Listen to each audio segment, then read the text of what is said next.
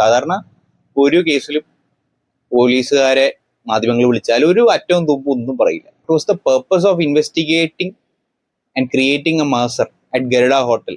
ദിലീപ് അവിടെ പോയിരുന്നു, താമസിച്ചു, സമ്മതിച്ചു. എന്തിനാണ് അവിടെ കൊണ്ടുപോയത്, എന്തായിരുന്നു ഇത് പറയൂ ചോദിച്ചപ്പോൾ പ്രോസിക്യൂഷന് ഒന്നും പറയാനില്ല.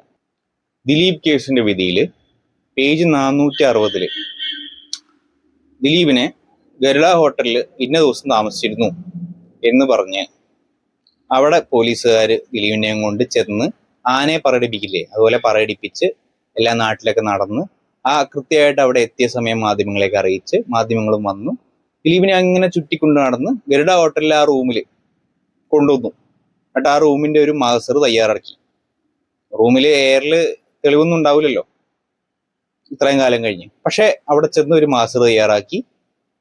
എന്നിട്ട് ആ മാസ്റ്റർ അതിലത്തെ എന്താണ് പറയാനുള്ളത് ജഡ്ജി ചോദിച്ചു.